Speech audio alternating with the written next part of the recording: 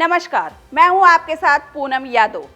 बिहार विधानसभा चुनाव को लेकर सियासी पारा चढ़ने लगा है। इस बार बिहार में एनडीए और इंडिया गठबंधन के बीच सीधी लड़ाई होने वाली है।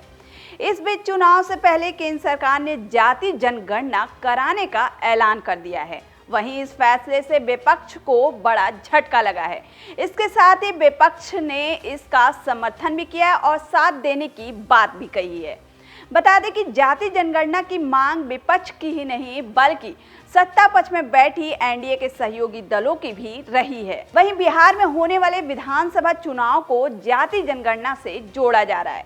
इस ऐलान के बाद कई इसके मायने भी निकाले जा रहे हैं, क्योंकि नेता प्रतिपक्ष राहुल गांधी, तेजस्वी यादव लंबे समय से इसे लागू कराने की मांग कर रहे थे, लेकिन केंद्र सरकार ने इसका ऐलान कर दिया है। इस बीच आरजेडी नेता तेजस्वी यादव की टेंशन बढ़ गई है, क्योंकि एआईएम प्रमुख असदुद्दीन ओवैसी ने ऐलान किया कि वो इस बार भी बिहार विधानसभा चुनाव लड़ेंगे। इसके अलावा ओवैसी ने ये भी कहा कि वो 3 मई को बिहार का दौरा भी करने वाले हैं।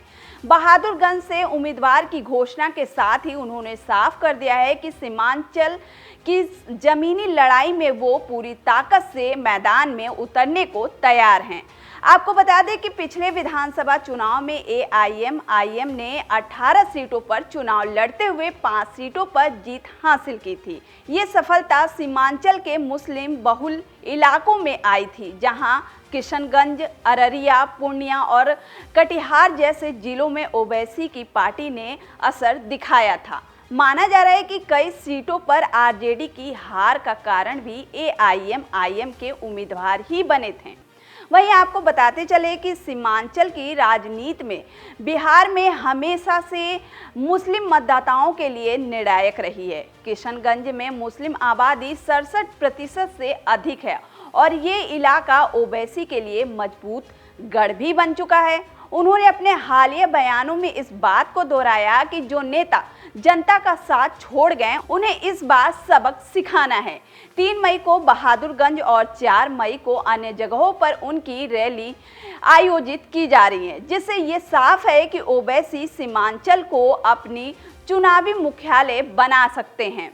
वहीं ओवैसी ने जाति जनगणना पर भी अपनी बात रखते हुए कहा कि जाति जनगणना होनी चाहिए ताकि पता चल सके कि कौन सी जाति विकसित है और कौन सी जाति अविकसित है।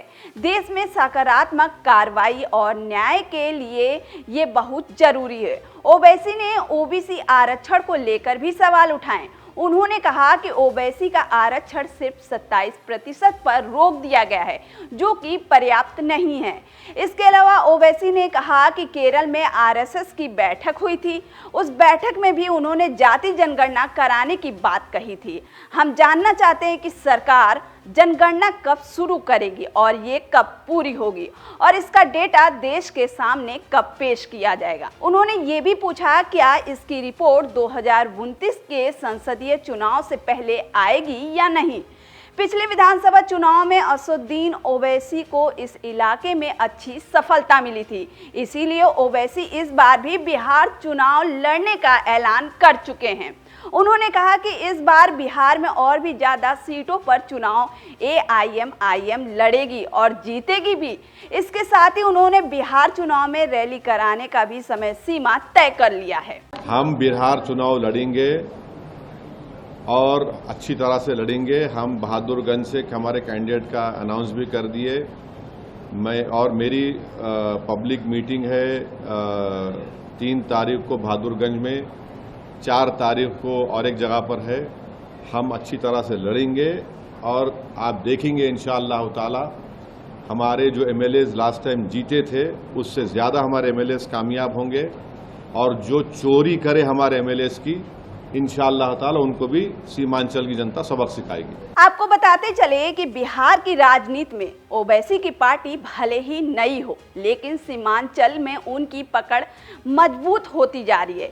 यदि वे इस बार 10 से अधिक सीटों पर असर दिखा पाते हैं तो ये आरजेडी, कांग्रेस और जेडीयू सभी के लिए मुश्किलें बढ़ा सकती हैं।